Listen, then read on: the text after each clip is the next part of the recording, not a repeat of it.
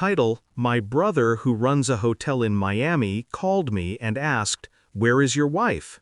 I replied, "She's on a business trip in New York." He responded, "No, she's at my hotel in Miami with another man, and she's using her ATM card."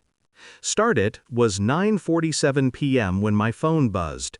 My brother's name flashed on the screen. He never called at night unless it was serious. "Where's your wife?" he asked. His voice was flat, cautious. "She's on a business trip," I said. "New York." There was a pause. Then he exhaled slowly and said, "No, she's here, in Miami, with another man, and she's using her ATM card." The room went silent. My heartbeat slowed, but my mind didn't. It started connecting dots I'd ignored for months. We'd been married for 6 years. I built her a life of comfort, a home she designed, a car she chose, vacations she planned. I thought we were partners. But she was always half, somewhere else, distracted, secretive, her phone screen tilted away from me. I used to believe it was work stress. I wanted to believe it. Because she wasn't just my wife, she was my anchor, the one person I thought I'd never have to doubt. But betrayal always begins quietly. A delayed text, a new perfume, a sudden password change. The signs were there. I just wasn't ready to see them. Until that call. I told my brother not to say a word to her, not to approach her, just to watch. He understood immediately. We grew up in the same house, where silence was our father's most powerful weapon. That night I didn't sleep. Instead, I opened my laptop and started digging. Bank records, flight history, hotel reservations. I found the pattern. Trips she said were business meetings, but lined up perfectly with weekends in Miami. Always the same man. Always the same hotel. My brother's hotel. The humiliation was sharp at first. Then it cooled into something else. Focus. I wasn't going to confront her. Not yet. I was going to teach her. The next morning, I called my brother again. "Do me a favor," I said. "Make their stay unforgettable." He understood what that meant. My brother wasn't one for drama, but he loved precision. I gave him the green light to access the cameras discreetly, to collect everything: check-in footage, restaurant receipts, room service records. Meanwhile, I started my own preparation. I called our joint bank manager, moved my savings into a private account, transferred the house title under my name. It was legal, given how I'd paid for it entirely. Then I printed the hotel photos my brother sent, each time stamped, each one a blade in waiting. I waited 2 days. Then came her call. "Hey, honey," she said sweetly, "how's your week?" I could hear background noise, airport announcements. Lies were flying home. "Busy," I said. "You sound tired." She chuckled. "Yeah, meetings were intense." "New York?" I asked quietly. "Of course. You know how it is."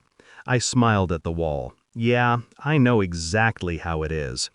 That night, I didn't mention Miami. I let her walk in the door, suitcase in hand, wearing guilt disguised as exhaustion. She kissed my cheek. I almost laughed. I cooked her dinner, asked about her trip. She lied again, clean, rehearsed, confident. Every sentence she spoke was a rope she tied around her own neck. 2 days later, I told her I was flying to Chicago for a project meeting. I wasn't. I checked into my brother's hotel in Miami. He had arranged everything, the same suite she always used. I spent the night there, imagining her laughter echoing off those walls. Then I gave my brother the signal. He had her next trip already booked under observation. She'd told me she was visiting her client in Boston. Instead, she landed in Miami again, right on schedule with the same man. My brother called me as soon as they checked in. "They're in the pool," he said. "Good," I replied. "Let's begin." I had already sent her employer an anonymous email, with photos. Her affair partner was one of their biggest clients. Ethics violation, company scandal, everything documented. Then I froze her access to our joint credit card, just as she ordered dinner. Her face must have gone pale when her card was declined. The front desk informed her there was an issue with payment. My brother, the hotel manager, played his part, polite but firm. Within minutes, her company called her. The email had reached HR. Her lover's wife got the same evidence through a discreet courier. By the time she ran to her room in panic, the man she'd risked everything for was already on a call with his furious spouse. The chaos spread faster than I expected, but I wasn't done. She called me at midnight. Her voice was trembling. "Something's wrong. They think someone sent—" "I know," I interrupted. "I saw the photos." There was silence. Then a small gasp. "You?" "Yes," I said calmly. "I did." Her breath hitched. "Please, I can explain." "You already did," I said. 6 years of pretending. That was your explanation." I could hear her crying softly. I didn't hang up immediately. I wanted her to feel the weight of my silence, the finality of it. By morning, her employer suspended her.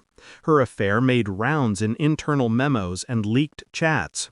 The man's wife filed for divorce. I filed mine the same day. No drama, no yelling, just signatures and sealed envelopes. My brother handled the rest. Her things were boxed and shipped to her mother's house by noon. I didn't need to see her face again. A week later, I sat at my brother's hotel, in the same restaurant where she used to dine with her lover. He poured me a drink. "She called the front desk again," he said, almost amused. "Wanted to apologize. Said she made a mistake." I raised my glass. "She didn't make a mistake," I said quietly. "She made a choice." He nodded. We clinked glasses, the sound sharp and final. People think revenge is about rage. It's not. It's about balance, restoring what betrayal took. She taught me that trust can be fragile. I taught her that silence can be deadly. I didn't destroy her life. I just handed her the mirror, and she shattered it herself.